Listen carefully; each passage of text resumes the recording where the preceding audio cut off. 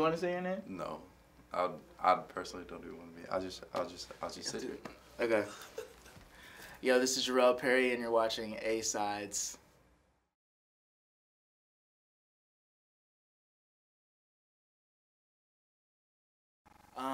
Yeah, the debut EP, the White EP, that's coming out at the end of this month. It's definitely a destination record. My last album, Simple Things, was more of a journey, kind of just explaining where I was coming from all different angles, and just kind of showcasing what we could do with multiple genres, not just R&B, and also with multiple subject topics and subject matter. This new record is really grown up. It's a lot darker, and definitely a lot more sophisticated and simplified. It's something that you can play over and over again, and I'm really excited to put it out for the world. Yeah.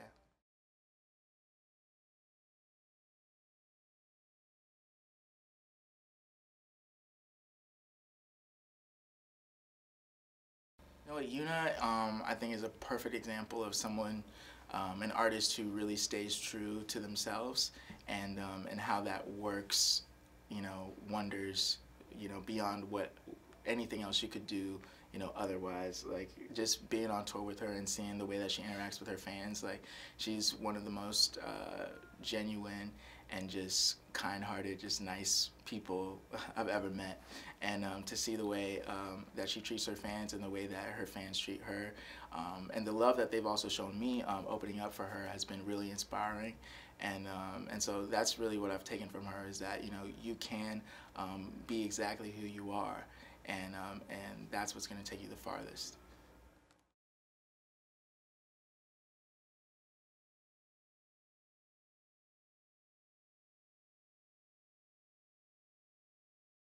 It's crazy because the whole '90s R&B thing has been something that's kind of recently came up. Like, I feel like '90s, it's kind of trendy now. It's kind of like, oh, we're going to throw back to the '90s. But to be honest, when we put together this record, or when we put together our music, we're always just looking to the future, really. Like, of course, we've all been influenced by a lot of different things. The '80s, actually, on this record.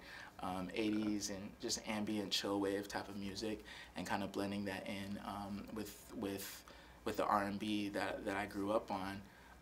And so, you know, whatever people want to classify it as, like, I'm all for it, because, you know, I grew up in the '90s, and that's, of course, you know, nostalgic for me. But the main goal for me is not necessarily to copy anything that's been done before. It's really just to create something brand new. But if it makes people feel that certain kind of way, that nostalgia that you do get from the '90s, then, you know, I'm all for it.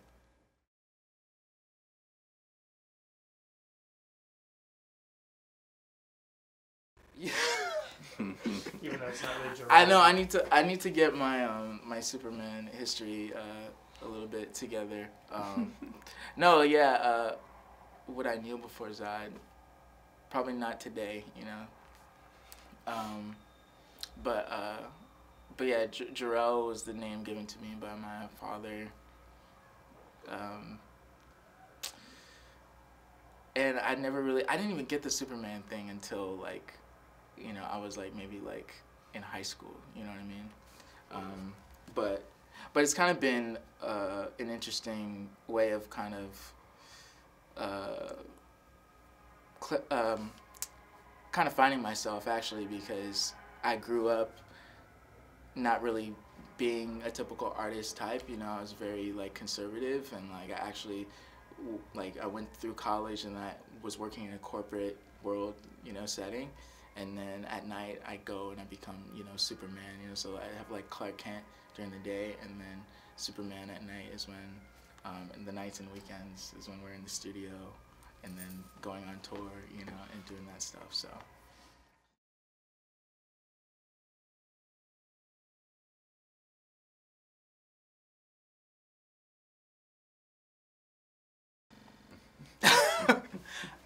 Who knows?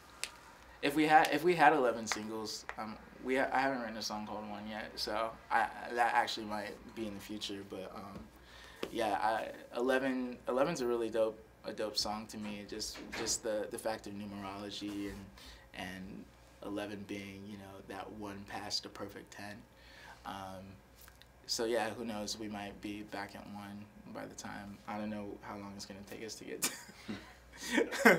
the 11 singles, but just look out for that. Remember, yeah, 11 remember singles today. sounds hard. Yeah. Sounds nice.